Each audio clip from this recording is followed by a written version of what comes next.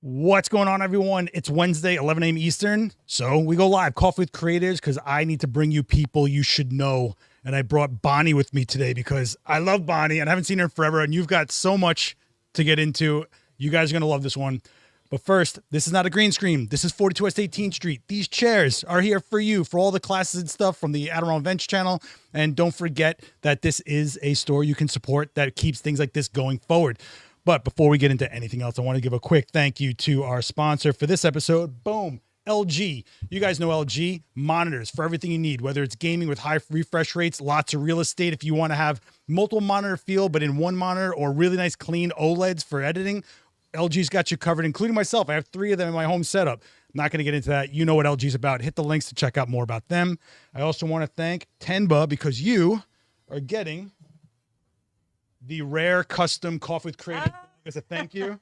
So Thank you. Tenba is awesome. 1977. Label on it. Coffee with Creators. And it's metal too. Nice. Thank you so much. Of course. Tenba wants to make sure photographers and all the creators we have on here are feeling, appreciated. So since 1977, was started here in New York by a photographer. All right. And I want to say a quick thank you to Gotham for sponsoring the coffee. They're over there on 19th Street. So if you ever come into Adorama, go say what's up to them. It's owned by a photographer and filmmaker. So you're supporting our people. Then come hang out here. Cheers, Bonnie. Oh, cheers. What'd you get? I actually got a chamomile tea today. I'm like to bringing it down, chilling it down, and just came back off of Fashion Week. So I'm cooling out. Oh man. So let's talk about what this woman has to cool out from. So Bonnie, I met you forever ago and you were hustling hard back then as a photographer, and you literally have a hashtag Bon on the job, and that totally encompasses who you are to me. Yeah. Media photographer, celebrity, portrait photographer, does a lot of stuff. I'm going to say like this, like an intimate lifestyle. Like she gets into people's relationships and documents them, but really whatever they need, they call Bonnie up. She gets over there and she shoots. I've run into you at Comic-Con. And you're always rocking a DSLR that's beat to hell. And, but you're doing it right. And if you watch her social media, it's always a media pass from something. And then the next shot is her in a media room, sweating away, trying to go through shots. Yeah. You've been doing this for 20 years. I mean, I met you like 15 years ago. So it's gotta be for real. Oh yeah, over 20 years now. Yeah, and I gotta say, when you meet Bonnie, you're like, oh, she's probably very flighty, but no, she's reliable on the job and doing it. Yeah. What got you started in, first of all, in this genre of photography? Because everyone picks up a camera, but what made you get into the media aspect of it, of chasing after what's going on? Because it's also like things like Getty. Yeah. I mean, this is not child's play. This is the images that reminding me that. these are the images that get fed to the world about the things that are going on. Yeah. What made you go into this avenue? I don't know. I would say like growing up, what I really loved about photography was just the aspect of being able to hold on to memories and like seeing photos. My mom had this photo drawer in her room. It was like the second drawer. I remember it's big wooden drawer and had all these photos of when I was growing up and like photos of my grandparents and stuff before I was even around. And there was something about that. Plus my mom really, we watched a lot of movies and stuff together. Me and my dad, we would watch a lot of movies and stuff together. So it was like the combination of those two things, and then being in love with the darkroom, and then college and this and that. But going into internships that kind of gave me that opportunity. I worked with John Harrington, was really my first big internship. You guys probably know John Harrington. He teaches so much about business. Yeah. He's really been a major part of that. And then Kathleen Curtis with AOL. So AOL had this whole department that had entertainment, and they were doing a lot of video shoots. I think they're not as much photo shoots, but more video shoots. And we just really kicked off doing more of the photo shoots and the portrait shoots with the celebrities that would come in. And I would literally have maybe a minute to a half an hour. Some of them I would have to catch them on the way to the elevator. So I really learned how to shoot these guys quickly and just well lit, and we would practice on each other as staff, and we would just, it was just like a whole lot of creation. But the whole entertainment aspect of it, I really just, I don't know, I'm like a nerd for that stuff. I Yeah. love music, I love movies and TV, and so there would be particular celebrities where I would really nerd out Yeah, and get shy up, what but you that'd guys be don't cool. know is this human being is also a performer herself. Like you're in Thank you. bands and stuff like that. So you kind of have a connection point, Yeah. but there's something so disarming about you that I can just imagine no matter how frantic somebody is, they're like, yeah, Bonnie, I'll give you 5 minutes. Like, Yeah. you want me to against this wall? And Yeah. that's kind of what I wanted to bring up is like your work, you can tell it's on the fly. So you have to adapt to styles, not just the environment. You lean when you have a few minutes and this is the element you're in, you kind of you have so many styles of your images. Yeah. That how do you go about like, I'm going to lean on this style for this one. You have to think fast. Have you ever felt like maybe I should have gone a different way? Oh man, there's been so many shoulda, wouldas in this. That's the thing that's the hardest part, I think, is shooting something and then later being like, man, I should have got this or that. Everybody does that though. Yeah. But I think the style, it's like I don't try not to fall into the generalist, but I'm really someone who's just like kind of feel the vibe of something and work with whatever my editor is looking for. But I don't know. I really believe in, not to get woo woo, but I believe in the universe and just bringing something to you that you're supposed to work with and you're supposed to feel into and have that interaction. And I also like working with people where we can find a common ground. And I tell people that are getting into this kind of a business or shooting with celebrities or people they don't know, celebrity or not, it's really finding a common ground with someone, and then you find that connection underneath, and then magic kind of happens. Like they open, you open, and it's like something comes through you and you just create cool stuff. Yeah, I think a lot of people that we see in your chat, like they get stuck on does it look clean and what it looks like rather than what they're shooting. And when you have that connective point, that's when you get a portrait. And I always tell you guys, like, portraits are to portray someone. It's not just like make it look clean. It's like, right, but who are they and why are they? Yeah. And so is it when you have an assignment? Do you have an art, like some kind of editor going like, we're really going for this vibe, or they're like, just make it work. I need something by 3. Like both. Okay. Freaking both. I think.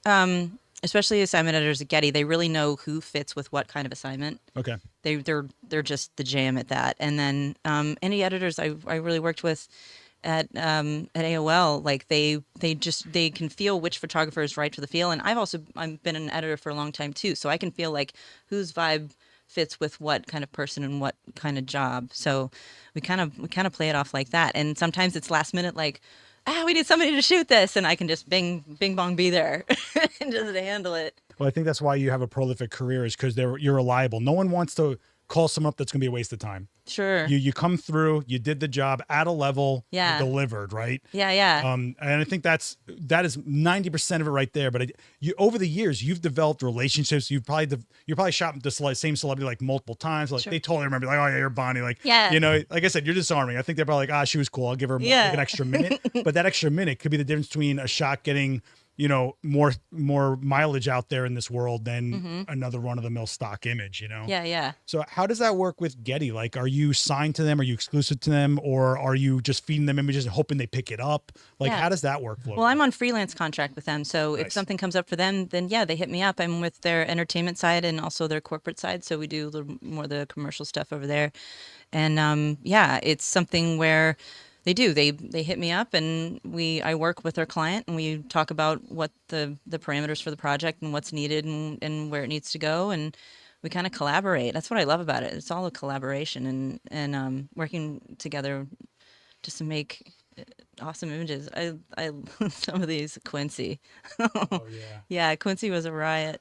I feel like everybody came out with an amazing portrait of this man. Like when it was time, everybody was like, I remember him this, and it was every portrait was a banger. I'm like, this guy's face. You can't fail with Quincy. You really can't. The one with Padma, I actually shot that in a hallway, and that was one of the ones. I think the first time I really got into it was. Do you remember Flash Bus? Yeah, absolutely. Joe McNally's like my industry dad. Yeah, I know. Flash Bus. Flash Bus. So I did Flash Bus, and then I came out of that, and I just got so inspired with using small flashes and lights, and just putting them in multiple places, and just that's when I met you. Almost blowing the whole place out, because that was just like a dark, boring hallway, and it was able to like light her quickly. I think I shot that in like less than 3 minutes, because it is when I was working in a corporate office at the time. So if someone was walking by, I'm like, you get in there. If anyone's like a similar, skin tone, height, whatever, get in there, and we would just photograph them and make it work. And then you just risk it. And you hope that the person's cool with getting photographed right away, and you throw them in there, and then off they go. And sometimes it's more set up and more planned out, but a lot of these are just Nas and Damian Marley were on the way to the elevator, and I was like, guys, can I just get a minute? And Damian Marley was just like, respect. And I threw him in there, and they were just really cool. And it's what people what I hate when people say is like, oh, you can't get a bad shot of these people. Yeah, you can, but you're still documenting someone that's known, so you have a little bit of leeway. Yeah. But I think you lean on that in an optimal way, not like a lazy way. So like some people just be like, it doesn't matter, it's Nas. But it's like, no. I have leeway to do whatever I want here, so I'm going to go do whatever I want. So I think you do the right approach and the professional approach. Yeah. You know? And it's also not having, and this I live my whole life around this right now, is really just not having attachment to outcome. Like not, if for some reason they're not feeling up, there's been certain celebrities that are just like, they're like, oh, I don't like the way I look today, or I don't whatever. And there's no pressure. It's just like, if you want to get photographed, then great. And if not, then cool. And I think a lot of people that I work with that we're like that. I'm not like paparazzi hiding in a bush, like I'm going to get you whether you like it or not. It's really just a mutual respect. And well, I think you're really on the job. I think what a lot of people don't realize is that the paparazzi stuff, they're camping all day to that's a hard job. They're also just trying to hopefully sell it, right? Yeah. Like there's no guarantee. Yeah. You need to get a shot or you're not eating that day. And it kind of has like a scummy thing. There's a little scummy. A little bit of scum to it. Scum. But I'm buds with some of those scummies. Okay. But they own that part of it. But there is a whole craft to it. I mean, understanding where to be, when to be, how to be, and just playing the game. I mean, just be honest with you. Totally. Guys, we're live. So if you have any questions, please let us know. What's going on? Sean, Allie, Jody. What's going on? Thank you for loving the podcast. We appreciate you. I'm so glad I got Johnny. I feel like I asked you like a year ago. I was like, I gotta come and do this. Well, it's been nuts. It just hadn't been the right time yet. And now I'm just like, yep, let's do it, man. Right after Fashion Week, she comes in here. I was like, let's do it. And I, like after Fashion Week and Burning Man, so I'm like, I'm a little tired, but I'm showing up. What was Fashion Week like for you? Is it just like nonstop, or you have to be at set places? Do they give you like a card that like you have to hit these notes, or you're like, I go in, whatever I get, I get? No, it's definitely set up. I have different clients, and we go in, and whether it's backstage or runway or I'm editing or I'm shooting, it's really just, it's really nuts. And the whole vibe of it's really nuts too. And you can feel by the end of the week, like yesterday, everybody was just freaking cooked. We're at the Nardo show, and it was pretty hopping week. Just the changes in climate. It looks a little different than it used to. It's not as insane, but it's still, when it does happen, it's very like hit the ground running, hurry up and wait, and then everything's really fast. So there's a lot of that. I think I've really cultivated this ability to like be calm in the chaos, I think you would say. Like everything just gets nuts, and I'm just like, okay, it's almost like I thrive there. I don't know if that's a toxic trait or what. But you have to do it. I call it like there's a clarity to it. Yeah. If you're used to chaos, you can organize it. Like I get anxious when it's too quiet. I freak out. I'm like, why is nothing falling? What do we do? Like when I go upstate and I'm like, it's very quiet here. I need like a sound machine. You just start screaming. I need like a sound machine to go to sleep. So I don't know, man. I hear you. But I think that's what makes you have longevity as a professional photographer in that world, right? I've seen a lot of people get overwhelmed. Mm-hmm. They're hoping they got something. Well, you'll have clients that are very overwhelmed, and it's totally normal. It's totally okay. But you really have to be with that and like meet people where they're at and not make it wrong and not take offense but just there's almost like a humor about it, like a lightheartedness to it, and that I can kind of keep but like a grounded, like earth feeling. I don't know, it sounded a little far out, but I think that's what clients have liked in the past, where they're like, I'm freaking out, and then you talk to them and they're like, okay, I'm cool. I think you from what I gather from your social media, because like I literally haven't seen you in a decade. Yeah. But from what I gather, you kind of get us psyched on having a goal. Like this is like this. Hey. Like this is the assignment. I'm hitting that mark, and I think you really grip into that, as opposed to people that go to places hoping for an outcome. And I think that's kind of been another mix of this key of success that you have from being like disarming, get the shot that might be special, but you're also, I need to do this. And then you get focused on it. And no matter how much static there is, Bond gets it. Yeah. I feel so seen. Thank you. I just remember when we met, we were at. Oh wow, Lincoln, Illinois. Sorry, I'm getting distracted. There's so many people. There's there's like a chat thingy above the light here, so I'm like, I can see all the different people yapping. No, we can totally see your chat. That's the whole point of this being live. So please, guys, if you have anything you want to. Sorry, I was like squirrel. It's cool. When we met each other, we were at Lamore Supreme's art studio. I think, right? I think it was. Yeah. It was during something, but then I remember probably Art Basel or something. Oh yeah, that's right. Yeah.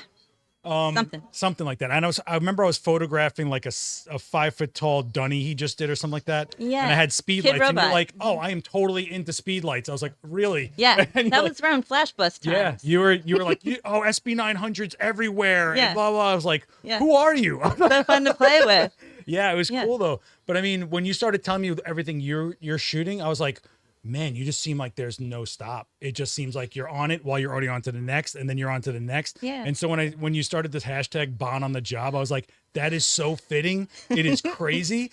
But I got to tell you how much respect I have for you. Whenever I think of hard hustling, like out there media, you're the first one on the top of my mind. Oh, thank you. I think you're so in it, and I could feel you in the images. Like you shot that. I could feel it. No matter how different the style is, I can tell that's a Bond shot. Oh, thank you. I really do get psyched on that. I appreciate that. Yeah, Bond on the Job came from actually Tribe Called Quest's sound man was Bob on the Job. Okay. I ripped that off of Bob on the Job. That's totally where that came from. It's just something where I would put up my work, or I would put up moments of my experience working and interacting with people, and it just became a hashtag that. But it's not all work. Sometimes you want to shoot things you want to shoot, right? But it's the thing. All the work. There's so much of the work that doesn't feel like work. I mean, that's what's beautiful about being a creator and being a photographer and being able to do that. There's sometimes that there's difficult work, but for the most part, I think what's beautiful is being able to, if it's something that feels difficult or something you're like, I don't really want to do this today, or you just don't have the energy for it. It's like slowing down and really feeling and finding the thing that brings you joy in it, whatever it may be, or if it's a difficult client or a difficult, I don't know, just finding the joy in it, like no matter what it is. Yeah, I think you're in a really unique position because you get, one, it's ever changing for you, right? Two, it can't be boring if you're not sure what's going to happen by the end of the day. True. And then when you look at the back at the day, you did so much. Now look at the week. Now look at the month. Now look at the year you just had. Yeah. It's so much. Like, that's the addiction to it, right? But there's some people that get it is an addiction. Yeah, oh, no. When I was in that kind of mix, that was the whole thing for me. It's like, I don't know. That was I was so addicted to it. It's like, I don't know, but I was so proud that I was able to handle the I don't know. Yeah. And that's what was the growth in that is insane. It's awesome. It's awesome. And then you feel so confident that the next thing, I don't care what you throw at me. I already went through all of it. Yeah. I got punched in the face. Go ahead, punch me. Give me a reason. Give me a reason, buddy. But I mean, what do you say to the people that feel disheartened? Because how many times do you feel you run into photographers and they're just deflated? They're like, oh, this industry. Oh. Yeah. Oh, that comes up a lot, especially now. Everybody having a phone.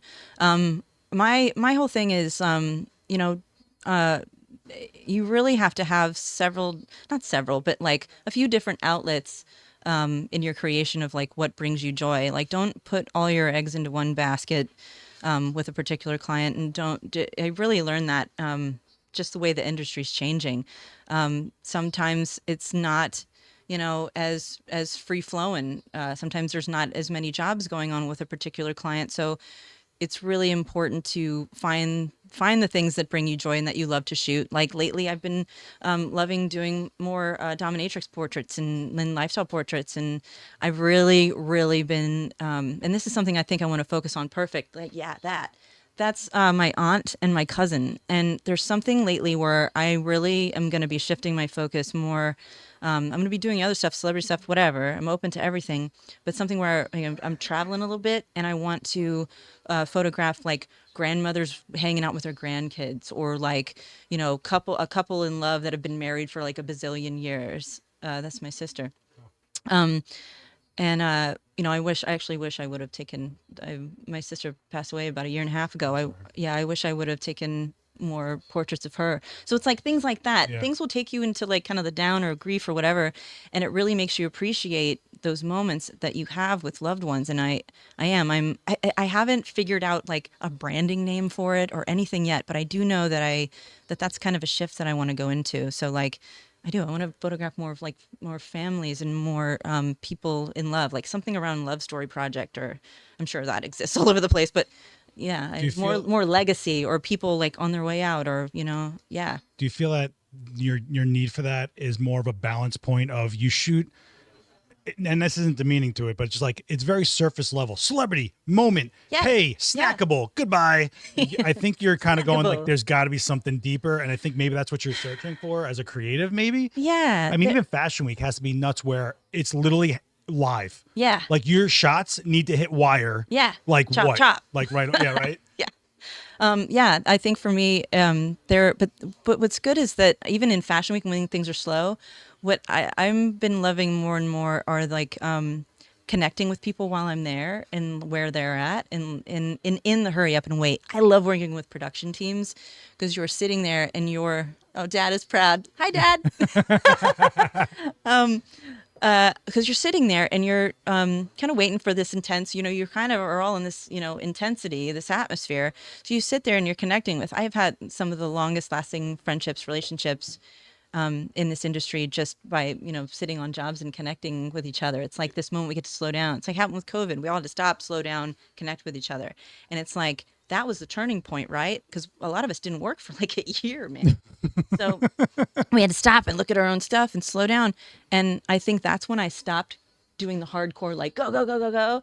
And now it's like a different kind of like go, go, go, but it's a little slower. It's like there is, like it's you said, steady. There's more steady, and there's more depth to it, and there's more vulnerability in it, and there's more connection. And the stuff I'm creating feels more soulful, I guess. Yes. Like, hey, I felt soulful when I was working with Cookie Monster, okay? Yeah. But at the same time, you love that photo. Leave me alone. I love Cookie Monster, man. I got here and he was like, Cookie Monster. Yeah, there's something about it. But at the same time, when I photographed Adele, she just came on the scene.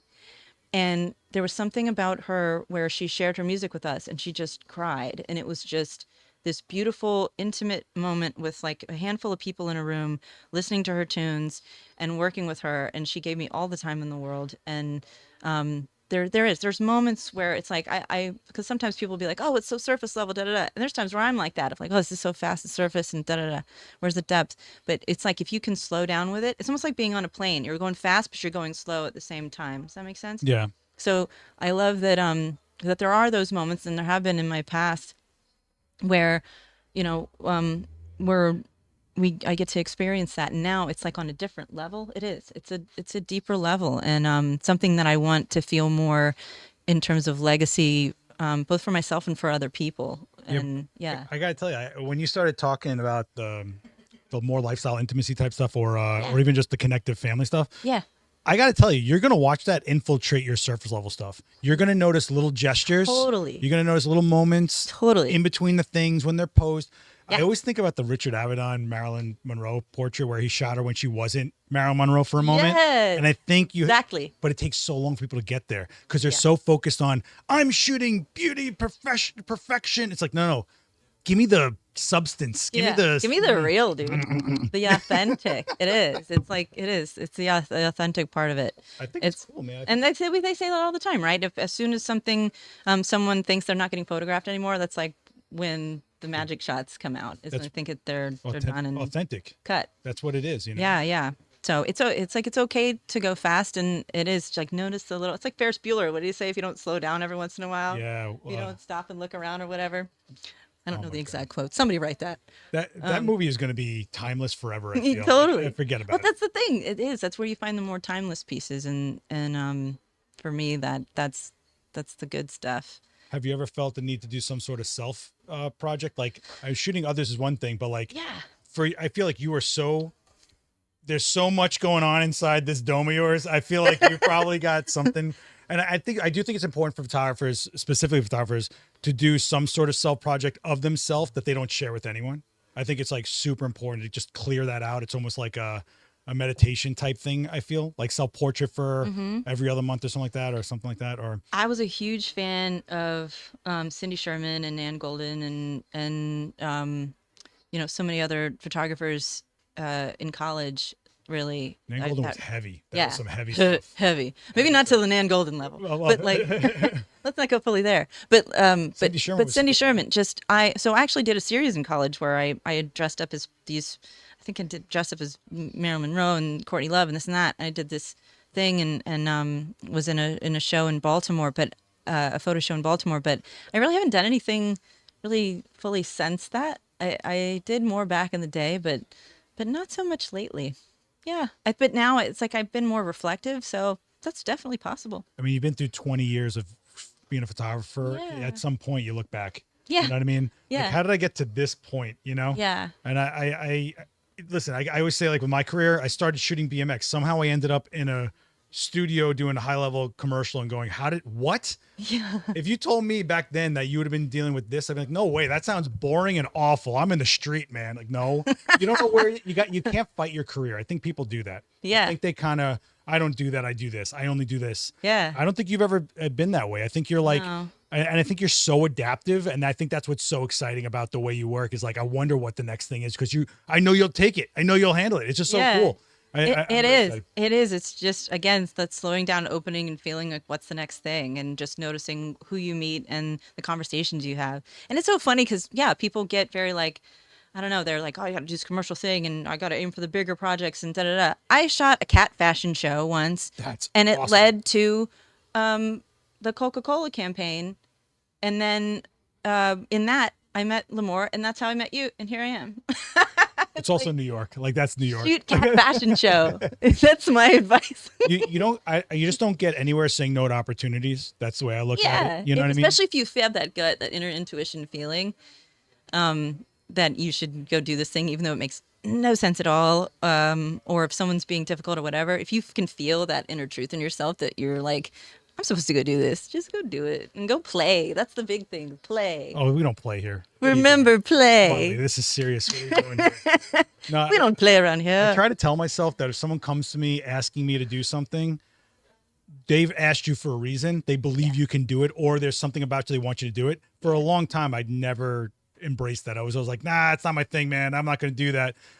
But if they saw something, you've got to see it also, and then you step forward. And even if it was a learning experience, you have to trust that you'll do it at least at a level they'll be happy with. Yeah. If you think there was another level, then go reach for it on your own time. But you have to trust that if someone's asking you out of the entire world why, and take it. Because every time you say no, you probably don't know what you just said no to 5 years later, 10 years later, who knows? Totally. You know? Yeah, it's definitely, I've been taught much in the past and learned on my own. Just, you want to get, like, they call it the safe shot. It's like, get the thing that just does the job, like handles it.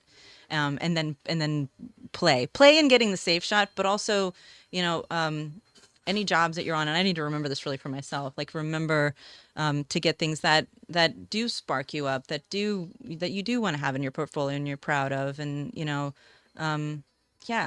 I look at these and they feel like memories for me, I look back at this, like there was a moment when I shot Fred Armisen. He did this thing with his glasses and I said to him, I go, oh, I missed it because I missed that moment. But he goes, oh, it has to be candid. He's like, don't hate me. It has to be candid. Don't be mad at me that I won't do it again. I'm like, it's okay. But it's like being in those moments, those intimate little moments you have when it's just you and that other person. And I fully nerd out. Did I put Pee-wee up? I didn't see it. No. I don't even remember.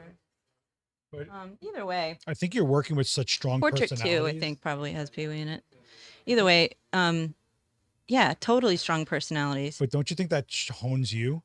Oh, You're able. I mean, you're corralling basically adult children that are all over the place that got to a level so many people love, and some people never say no to. Yeah. That don't ever tell them what to do. Like totally. You've probably developed social skills. You have no idea. Yeah. Oh, that was fun. Debbie Debbie Harry and Michael C. Hall. Michael C. Hall has an amazing band. Princess Goes to the Butterfly Museum. He's like, it's an amazing band. And there was for his birthday, Debbie sang him happy birthday. I think that was at Mercury Lounge. Oh my gosh. Oh yeah. But I love these. They're just, it's like little moments in my life where I was like, wow, that happened, or I met that person, or Well, at some point you've got to feel a little connective to it. I mean, right? Yeah, So yeah. Do you think they ever remember that you were the one and they want to go shoot with you? If they see you at an event, to be like, hey, Certain ones. yeah, Yeah, certain ones do for sure. how cer- about go Like Will I Am. Like Will I Am remembers me because we had a heart-to-heart on Teddy Ruxpin. oh my gosh, wow. Because he used to Phony People. They're a band. I think they're still cracking. They're in Brooklyn. This like soul group. I don't know if it's as many as it is of them now, but that's in their house. That's a that lot of people. They practice and study. And that was a place where that was one where I used this particular gear. I can't remember. It was like to do 360. It's like now we got the phone, you can just do it. Yeah. But that was like when I could just do shot here, shot there, and then patch it all together. So that's all the guys getting together like that. Speaking of that, is there like anything technology wise that you feel you're chasing? Is there something that has changed the way you shoot? Because the gear from 20 years ago when you started to now is night and day. I mean, you're still shooting DSLR, I think, right? Yeah. Yeah. So what do you shoot with? I'm sorry. I shoot with a D5 and an 810 still, which I need to upgrade that. But Oh, the so D5, Nikon D810. yeah. Wow. But when we're with D5 is great because we're transmitting in the field now. Like that's a new thing for me even to transmit to the editor faster than everybody else, so it can get out to everybody. Because a lot of times it is competition. You're with other agencies and you want to make sure you're getting stuff out quick. And that's really been the name of the game. So it's a balance. It's stuff where I can play and get creative and it's not so urgent. I think that was for Mass Appeal magazine. Okay. So it's some stuff where it's a fast process and you gotta be fast. And there's sometimes where you gotta slow down a little bit. And Do you feel any pressure to throw your phone in there just to get the immediacy? no, Never. I don't do that. Man, you saw that? I don't. You're like, I'm sorry. like, I'm sorry. What did you say? No, like the latest iPhone is killing it. I've definitely played with the latest, but not on a job. On a job, I keep it to the main gear. But I do get a lot of people that are like, "Oh, can I get a photo with my phone too?" And sometimes, and I'm usually like, there's a lot of factors like, oh, I won't do that. But I'm just helping people get memories, man. They're gonna take a picture It's anyway. fine. Like I'll take it with the phone. I don't care. if you don't, someone else will take it and they will make a connection Yeah. and a relationship. It's Like, really- what are you doing? Totally, you nailed it. It's really about the relationships even more than The what we're experience. creating. If someone has a bad experience with you, that sticks. Okay. Yeah. It's crazy how much stuff. the Yeah, littlest and if things- that happens, like it's to not like I've had particular celebrities that are actually really known for being hella cranky. And Yeah, it's, yeah. and or ones that you think you're gonna like, I'm so excited to meet this person, and then they're just cranky, and you're like, oh man, and you just don't want to get disheartened by it. But there's times where it's just remember everybody's human, and sometimes people are having a bad day. You don't want to paint them completely in that light. Yeah. The stories are endless with like, because they've been shot so many times that they're after a while they're just kind of like, oh, it's another one, right? They don't look at it like a special moment or it's a chance for them or whatever. They just kind of like, what can we do to get through these 5 minutes so I can Yeah. run? Because someone else is going to stop me for Totally. 5 minutes. Totally. That was one of the ones I remember. It was like I was the last stop they had on a press tour, and they were just like Done. baked. And I was like, all right, I feel you. And you just can't take it personally. Like sometimes people are having a rough time. So a guy I used to work for who's no longer with us, unfortunately, he used to tell me and I'm not making this up, he would carry a box of snack cakes in his case all the time. Yeah. Because if it ever got to a point like that, just to break up we're doing something, they'd be like, hey, do you want some ring things? And Yo, that is so good. just saying that, even if they don't want it, they just get so off center that they're like, Hey man, you want a ring ding? I know I'm it. stealing that. do it. I It mean, is. It's so easy. Like when I shot Edward Norton, he was kind of scary, and maybe I'm taking that, but it's scary. he was the Hulk. At the time, yeah. Edward Norton. No, but even before, like he was a little, intimidating. And honestly, if you date Courtney Love, then I think you have to be intimidating. But you just have to. But we connected on the Orioles, and he was like, "Open the hell up." You really just like find again common ground. I call them micro love languages. Mm-hmm. You know what I mean? You'd be surprised how many people that nerd out about pro wrestling. If Yeah. you bring up pro wrestling, they Yeah. have a weird memory, even if they're not super into it. Yeah, I've broken Yeah. that glass so many times, man. Yeah. I think it's broken that ice. I'm sorry. Especially at Comic-Con, Yeah. But, by the way, are you covering Comic-Con this year? Are you going to be at back I of don't house know. or anything?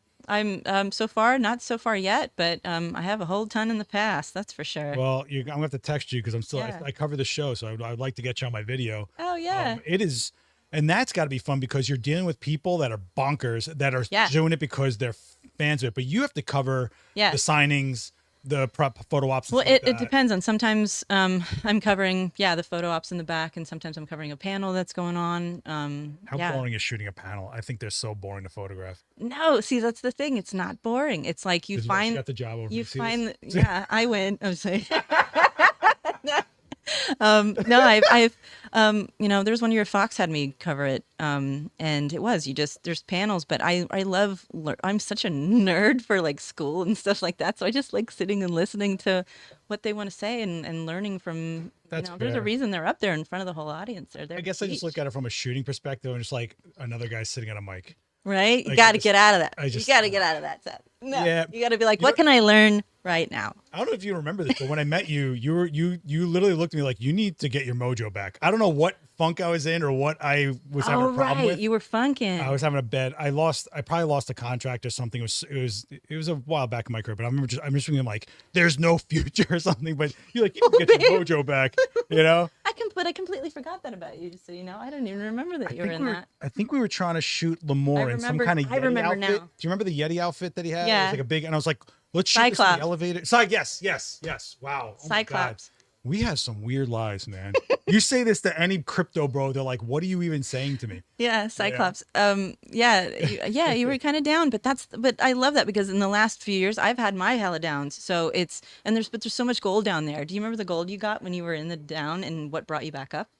I'm like, I want to interview you now, but like, I don't know. I'll tell you the truth. I can't remember because, not to sound weird, but like, I don't remember a time I didn't do this. My whole like life that was substantial, I've had a camera in my hand and I've made some sort of living that fed me to do something. So if I was down, I probably felt like I don't know if I'm supposed to be doing this and I didn't have a backup plan. So what am I supposed to go with? totally. You know? And all of us are go through that. A lot are going through that now. And look what's going on with AI. You know what I mean? Totally. Like there's people that literally think that's it. And I can't believe that. I just won't believe that, you know? Yeah. No. We want to document our world. We want to know what's in front of us. You know what I mean? I think humans want more connection now more than ever. Actually, I mean, it's It's gonna be a pendulum. I feel. completely. Yeah. And I'm kind of just excited. I'm just really a moment to the moment chick, especially right now. Like really getting better at staying present and just see what unfolds. You know, what turns out. Like what magic can come up with it. I think it's actually starting to swing already because I had two people that aren't even related in any way come to me and ask for new headshots because they did AI headshots for LinkedIn and people commented about it. They're like, you look like It's a negative. cartoon. Yeah. Like why wouldn't you couldn't even, I'm not even sure if I'm meeting you. Like, and as AI gets better and people won't realize it, I don't know if that's going to change, but I also think that just messaging that you support other humans makes other humans want to interact with you. Yeah. And I think that's a thing, you know? Oh Yeah. boy, Matthew's studio equipment is all over here. Holy mackerel. Had the opportunity to interview tons of incredibly passionate costume Comic-Con attendees for Morgan Spurlock Project. One of the most fun gigs I ever landed. Morgan Spurlock. Man. There's a name drop. Wow. That one in a while. That's awesome. Yeah. Yeah. Oh, Comic-Con is so damn fun. There's so many. I saw this guy dressed like Barf from Spaceballs, and I nerded out. This like dead ringer for Dude, Barf. they show up with animatronic skeletons that are 7 feet tall. You cannot get infected by the energy that they are just so psyched to be there. They're so excited and so happy and truly fully expressed in themselves. And they're around there. You know, you're around people. If you are into anything and you just yell it out randomly at Comic-Con, someone will tell you like, you like that too? And then next thing you know, you're talking to somebody. My people. Yeah, it's awesome. Oh man, what is this? AI has given us a nice marketing tag of no AI. Oh, interesting. Yeah. Yeah. I really haven't mucked around with it too much. Like I've played with ChatGPT here and there, but I haven't done the visual stuff. Well, when you shoot, right? I'm guessing you use Photo Mechanic to cull, maybe. No, I mean through Getty I use Focus, and then okay. otherwise I use Bridge and you're just Premiere flying through it. But if you had AI, that would just be like it gets rid of all the weird blinks and stuff like that. I haven't even gone there. Maybe I'm like old school and basic or something, but like I haven't even. Is it worth it though? I haven't played with it yet. I really haven't gone there. I think a lot of friends of mine that just want to, you know, they have gone there and they've played with it, but I think there's definitely still I don't think the desire for human interaction with that will ever really go away. Do you feel that there's any bottleneck? Not to the your way it has workflow? with like dark rooms and Oh well, film yeah, and yeah, stuff. You know what yeah. I mean? I don't feel like that AI is gonna like cancel all photographers Well, out. now shooting film in darkroom for the stuff that you do is almost seen like as a special project Yeah. bonus, like to pay extra for it. Totally. They'll 4x5 portrait. Boy, that's going to cost you a bunch of money. Totally. Tint types, But, yeah. you know, the Victoria will. She shot all. Victoria crushed Will it. rocks it. Mhm. You know, but do you feel like there's any bottleneck to your workflow now that you think you might need to find a solution to? Like, do you feel you spend too much time after the shot trying to get it to wire? Do you feel that there's No, that's actually a pretty streamlined process. and you don't edit anything? There's no like.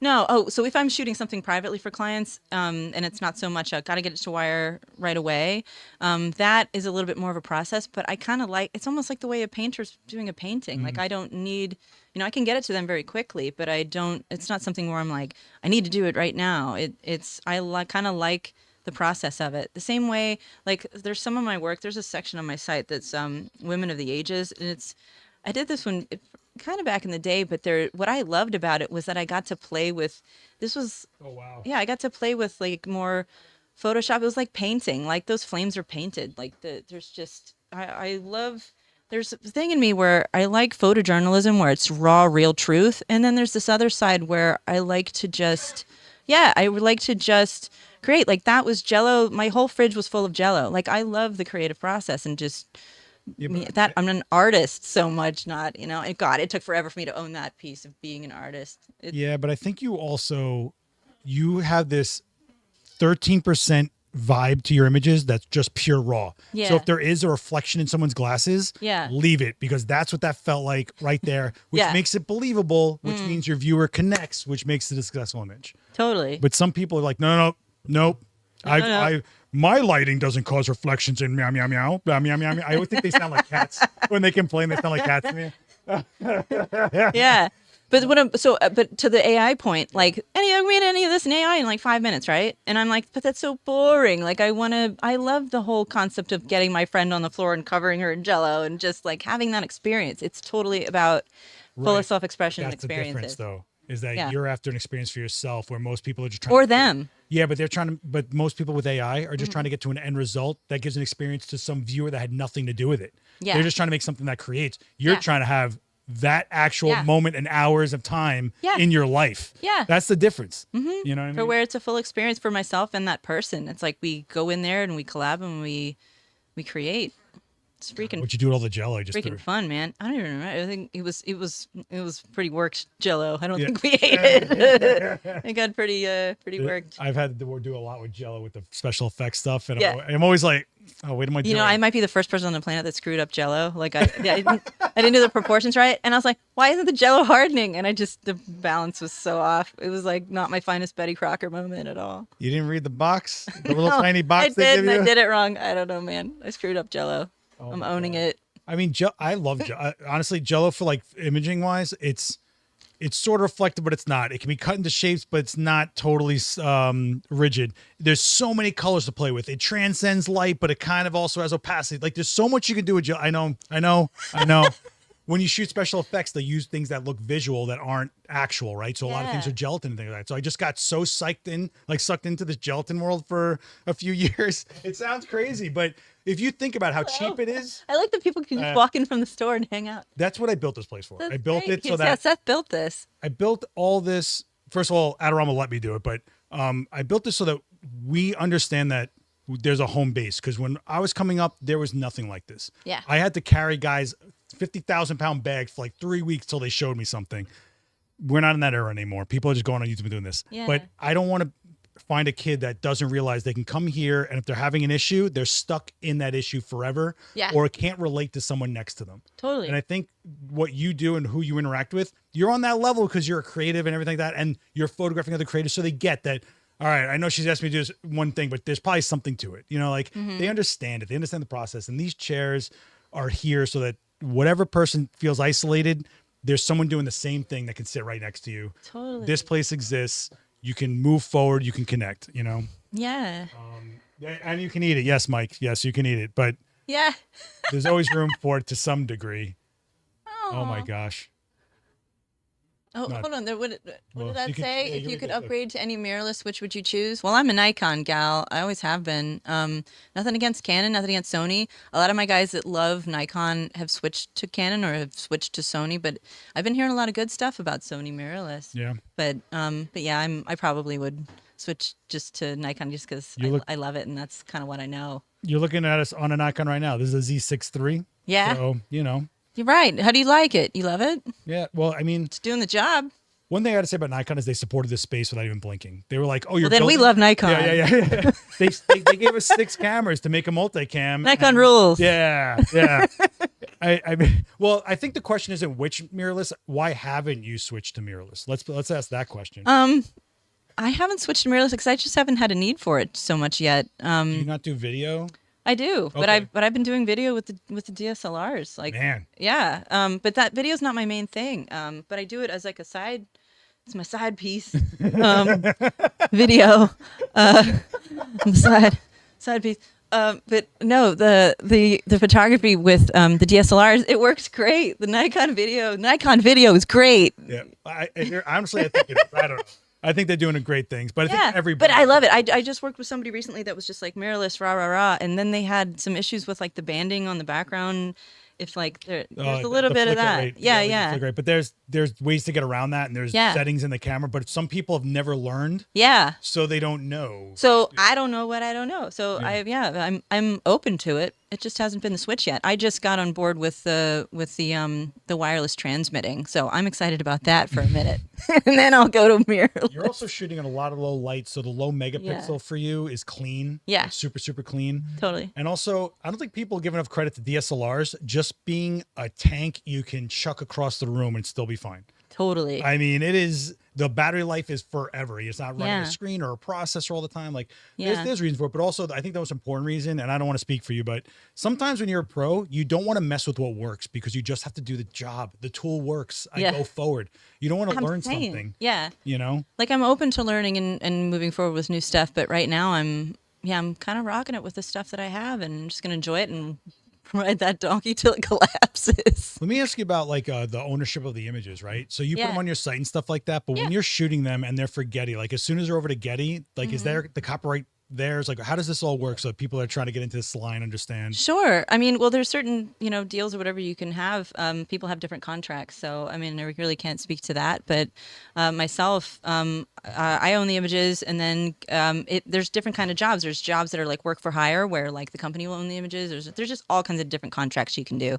And back in the day, a lot of us were just like, no work for hire. We need to, own this and that. And I'll be honest, like sometimes I don't really care if I own the event that I just shot. Like there's just, you can kind of feel on, job. yeah, and you can say yes and you can say no. You can turn something down if you don't want to do the work for hire. A lot of people still don't want to do that. But these days, I've always been an advocate for owning your work. I really have always been an advocate for owning your work and fighting for that. And sometimes, sometimes it's just not that big of a priority. Yeah, I feel like there was a moment for a couple of years, you probably heard of it, where like, oh, you want this job? Well, we need the rights to these images, like, or you just don't get the job. Yes. And then someone will take that job. And they're trying to change the industry that way. Around 2012, 2011, I was one of the people that was fierce, like you actually, and actively convincing companies that you don't actually need to own this. You think you need to own it, but you really don't. Yeah. I'm like, you don't actually need to own it. You can license it from me and then use it in perpetuity, but you don't need to actually own this, you know? And if you do, you're going to pay like 4 times of what I originally, and that usually shuts them up and hasn't come back.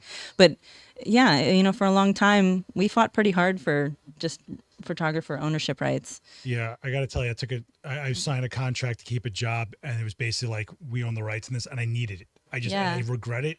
Yeah. But I don't think, even though I regret it, looking back, I don't know a solution. Because someone else would have taken it. Yeah. And I needed to pay my rent. Yeah. So like, I just thought about how many other instances that probably happened to, who stood their ground, who could stand their ground. And we're hitting a world where like, people screenshot and just use it. Like what? Totally. And you know what? They can go do that. I've really recently, I had someone ask me to shoot a music festival for free. And it was, I got like offended. And you know what I do for a living? And I was, but no, but not like egoic, not like a, oh, don't you know who I am? None of that. It's just like a, hey, you're kind of bottoming out the market, and my friends aren't going to be able to get work as easy if they think that if it's okay to just shoot stuff for free all the time. People, we have to like pay our bills, and we have to, there's a lot that goes into. We need to hold the idea of value to Yes, what we're doing. They think you just push a button for a living. Totally. And I'm really someone who they reached out to me. They were like, oh, it's no big deal. I'm retired, so I'm going to do it, for free, and it's no problem. I'm like, great, good for you. But please remember the impact that you're having on the industry. Like, if we're retired and I had a bunch of money and I could just pour into that, great. But it's like you have to mindfulness around, your impact on the industry and what levels are you keeping up. It's like I'll have, I started Women Photojournalists of New York, and there was a lot of us that were afraid. There were a lot of women that were afraid to ask their worth. They were afraid to ask their rates or higher rates or whatever. And there's like this common ground that I want everybody to just level up to on the worth of work and the worth of our work, because otherwise it's just going to die out, and we're not helping each other. The fear is real, though. The Yeah. second you say no, I know. someone else says yes. I know. And I think the conversation comes to, we all have to have a standard. Yeah. I mean, how many times have you seen in forums like, you guys charge too little, you're killing our industry? It's like, that guy might have needed just to get in the door. Totally. And I kind of sympathize with that, but clients over time realize what they pay for. Yeah. And if you're trying to do something leveled up, Yeah. and you're not paying for the level up, Yeah. you're not leveling up, man. Yeah, Your yeah. brand is going to be here forever. You know what I'm Totally. saying? And there are still clients out there that pay really well and treat you really well. So you got to kind of have a little bit of faith that you can bring that in and really, you don't have to always hold out for that. There's times where if I feel like I want to shoot something, there's like we call it, I'll just straight up say it. There's like a fuck no number that you won't go below. Yeah, walk away. Yeah. And then there's like the ideal that you want to hold, you Yeah. know, for what you want in your business going forward. One of my teachers, Perry Chase, who teaches energetics, she taught me that. She's very brilliant in business. You really have to like hold this almost energetic stance in yourself and in your business that calls in the right clients and calls in clients that recognize your worth and see your worth. Because if you keep saying no, Harrington taught me that. Whoa, way back in the day. Well, his whole thing is busy. his whole thing is like, go after Neiman Marcus, don't go after Walmart. It's like that, the pricing of things. Yeah. But you really just, you find what's true for you and who you want to help out. If when I said that I'm shooting more of the lifestyle stuff, sometimes if I want to get their work out, if there's a project or a nonprofit or something, and I want to help them get their work out, and I really believe in that work, I'll lean in, I'll go for it, Totally. and then that often leads to something else. I don't do it so it leads to something else, but you just stay true to yourself and ask for what you're worth. I think everybody should do more of that. My thing is like, I always try to remind myself, they're making money off of these images somehow. That is Marketing definitely true. Or something like, don't. Yeah. And sometimes I've eaten Yeah. and gone like, listen, it's a day of your life. Just go do it. Yeah. And sometimes I met the caterer, and the caterer is a producer for Louis Vuitton. I'm working some makeup forever job. And I'm Yeah. like, how did that happen? Yeah. So, and it's also empowering them to ask for more in their budget. Like you also want to empower the person that's asking you to ask for more in their budget. If you can push back a little bit, we kind of meet them where you can. Yeah. You know what I mean? I think it's also important that you don't just talk to photographers. You meet the people that hire photographers. Yeah. The art directors, the photo editors, the producers. The creative directors. If you are really serious, don't overlook, especially if you don't have momentum in your career right now, or you're trying to pivot.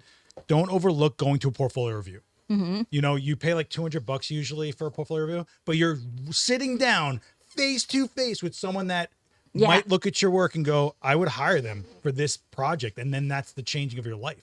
Totally. Yeah. NPPA is great for that. They have yes. Northern Short Course. Every year, I still think Northern Short Course is a brilliant workshop and weekend experience that keeps photographers connected. And why aren't you speaking in imaging? You should go to imaging. Is there? Good question. ImagingUSA is PPA's trade show. They throw me on it. If they throw this on a stage, they can throw you on. I'm open to people throwing me on a stage now. Tell me, I was on the speaker selection committee for 2 years. I could have put you up there. Yeah. You are a hard one to nail down. I'm starting here. I'm growing up now. I'm growing up now. I'm starting with Seth here, and then I'm open to talking anywhere at this point. I want to get you in here. I want you to do some solo talk stuff. Sure. I want to get you. We got Bon on the job. I'm gonna get Bon nailed down. That's the new hashtag, so I can get her to stay in one place for 5 seconds. No, I got to tell you, you're very inspiring. I mean, whenever I think like, man, things are stagnant or whatever, like who's out there doing what?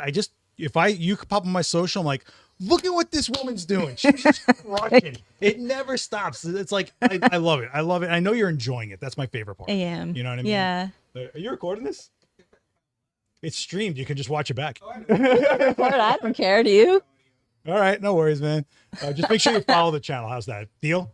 Yeah. Okay, cool. All right. See? One more follower. Did it. This is how you do it, kids.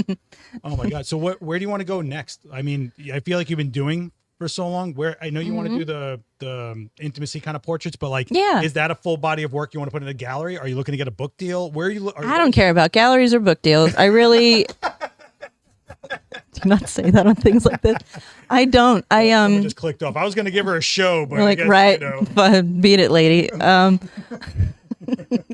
Spit take. I right now it's like I just want to create for people. Like I want to create for people. I want families to have. Hey, come on. I am such a hippie with that, dude. I do. I love. I just recently photographed a grandmother, and now she has that for her children. Like she has those recordings. I want more audio recording. Photo, audio recording, not so much video, but the photo and the sound of the voice is just like, it's just cool. Slaps. Like 2008, New York Times, they had this series called 1 in 8 million. Do you remember this? No. But it was these short stories, and now I think eventually it evolved to or inspired the person who created the Humans of New York. Oh yeah. So he's got photos and stuff, but for me, I want to do more of that for people. I want to have just more of those experiences so they have that for their family and their lineage. And I'm inspired by that right now. Not so much I need a book, because I have so many books and they're all on the shelf. And it's just like, I think that that's great that people have that and that they want to leave that kind of stuff behind. But for me, I want to create more of a body of work that has these little vignettes of love stories and just connection and I think you're gonna mix soulmates and stuff. I think you're gonna do it for celebrities. I think that's what's gonna happen. Yeah, I think that's what's. We'll see. I'm curious where your career is gonna go because I mean, me too, man. There's so much unknown right now. I feel like I've got this big kind of a blank slate going on, and I'm excited to see where it goes. You think you have a blank slate, but I think you've been building such a foundation that you could do whatever you want, really. But it's such a cool foundation. You have Cookie Monster in your portfolio. I would kill to have Cookie Monster in my portfolio. All right, I'm just saying. I would love to shoot some Muppets. I'm just saying. Yeah. No, this is very cool. I'm so glad I got you in here finally. Yeah. This is so great. I'm glad I finally got to see you again. Totally. It's been a while. Like a decade. You've been rocking it in here, man. Thank you. Well, I have this ankle chain. They don't let me leave. I'm just like tied to the floor, So, guys, do yourself a favor. Follow Bonnie, right? Meow. Okay. Make sure you stay up on what she's doing. I'm curious to see where these intimacy portraits are going to go and things like that. But if you guys have any questions, if you're watching the playback, drop some comments. I'll make sure Bonnie jumps in there and takes a look every now and then. If you're new here, there are 70 other episodes, 70 different guests that you should be up on. Check out that playlist, hit subscribe, and check out the Adorama Events channel because when I pull her back in here, that's where she's going to be streaming is the Adorama Events channel. In fact, I'll give you guys a cheat code. Here's a QR code you can scan for that. Oh my gosh. This is awesome. So fun. I told you, right? Thanks for coming, guys. Oh, it's my best friend, Angela. I love it. Cool. How fun. All right. Thank you so much. Guys, enjoy the rest of your day. Tomorrow, 5 p.m., Daniel Norton is coming here. We're going to be shooting best softbox size for portraits. Yeah. Yeah. All right. Yeah, girl. Thank you. Thank you so much. Later, guys. Be good.